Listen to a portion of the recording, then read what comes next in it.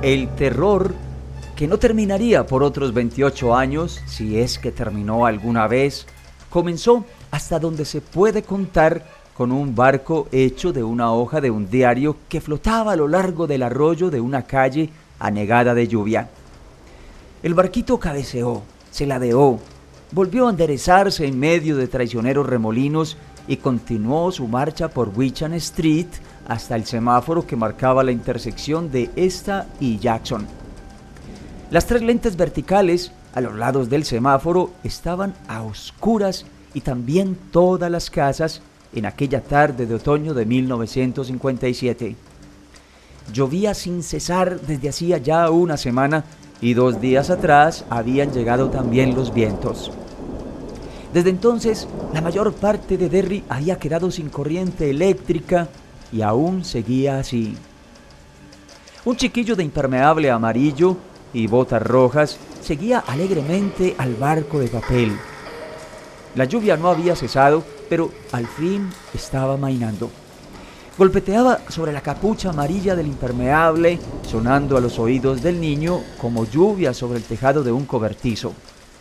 Un sonido reconfortante, casi acogedor. El niño del impermeable amarillo era George Debrook. Tenía 6 años.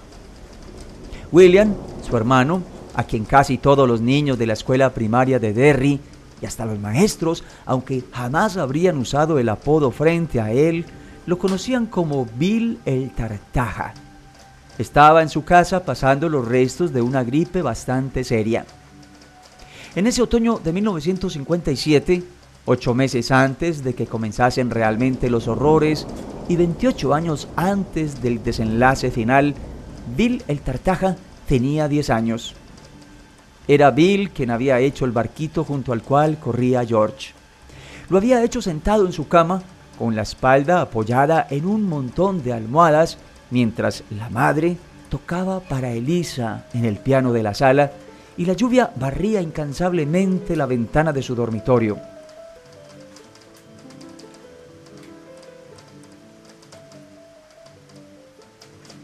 A 1/3 de manzana, camino de la intersección y del semáforo apagado, Wichan Street estaba cerrada al tráfico por varios toneles de brea y 4 caballetes color naranja.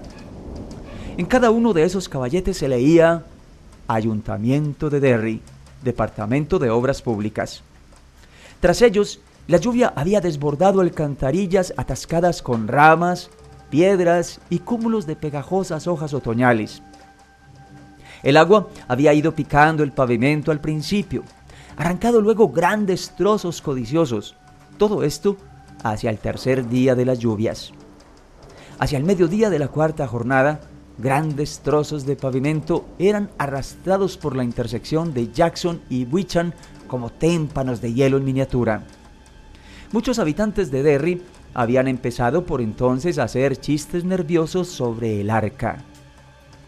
El Departamento de Obras Públicas se las había arreglado para mantener abierta Jackson Street, pero Wichan estaba intransitable desde las barreras hasta el centro mismo de la ciudad. Todos estaban de acuerdo, sin embargo, en que lo peor había pasado. El río Kenduskeag había crecido casi hasta sus márgenes en los cereales y hasta muy pocos centímetros por debajo de los muros de cemento del canal que constreñía su paso por el centro de la ciudad. En esos momentos, un grupo de hombres, entre ellos Zach Debrook, el padre de George y de Bill, estaba retirando los sacos de arena que habían lanzado el día anterior con aterrorizada prisa. Un día antes, la inundación y sus costosos daños habían parecido casi inevitables. Bien sabía Dios que ya había ocurrido anteriormente. La inundación de 1931 había sido un desastre con un costo de millones de dólares y de más de 20 vidas.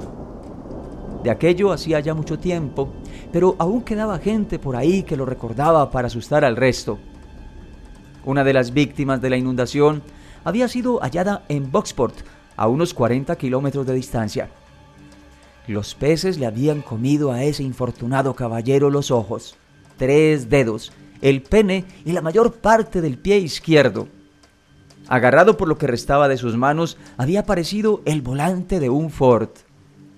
Ahora, sin embargo, el río estaba retrocediendo y cuando se elevara la nueva presa hidráulica de Bangor, corriente arriba, dejaría de ser una amenaza.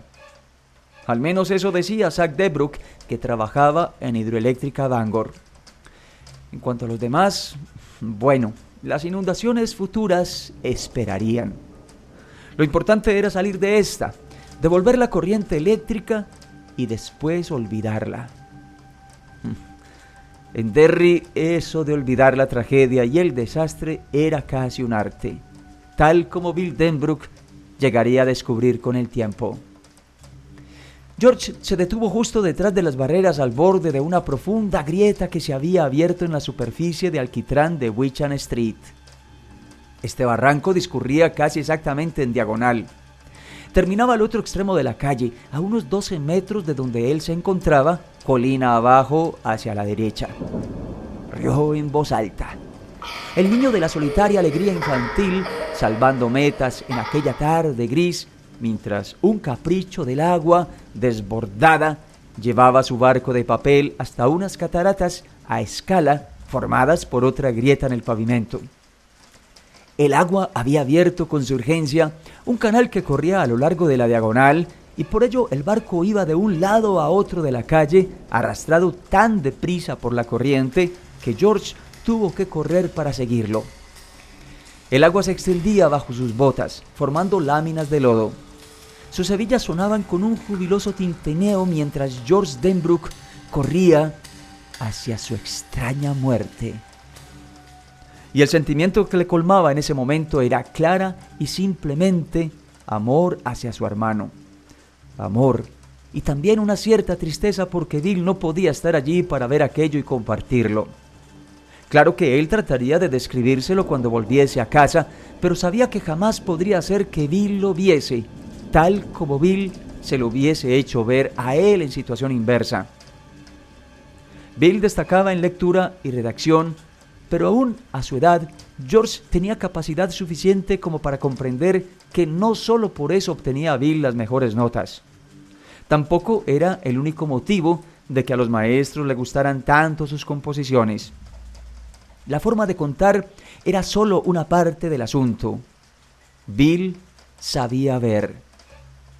El barquito casi silbaba a lo largo de aquel canal, solo una página arrancada de la sección de anuncios clasificados del News de Derry, pero George lo imaginaba como una torpedera en una película de guerra de esas que solía ver en el teatro Derry con Bill en las matinés de los sábados. Una película de guerra en la que John Wayne luchaba contra los japoneses. La proa del barco de papel levantaba olas a cada lado mientras seguía su precipitado curso hacia la cuneta del lado izquierdo de la calle. En ese punto, un nuevo arroyuelo corría sobre la grieta abierta en el pavimento, creando un remolino bastante grande. George pensó que el barco volcaría yéndose a pique. Escoró de modo alarmante, pero luego se enderezó, giró y navegó rápidamente hacia la intersección. George lanzó gritos de júbilo y corrió para alcanzarlo. Sobre su cabeza, una torva ráfaga de viento otoñal hizo silbar los árboles, casi completamente liberados de su carga de hojas a causa de la tormenta, que ese año había sido un segador implacable.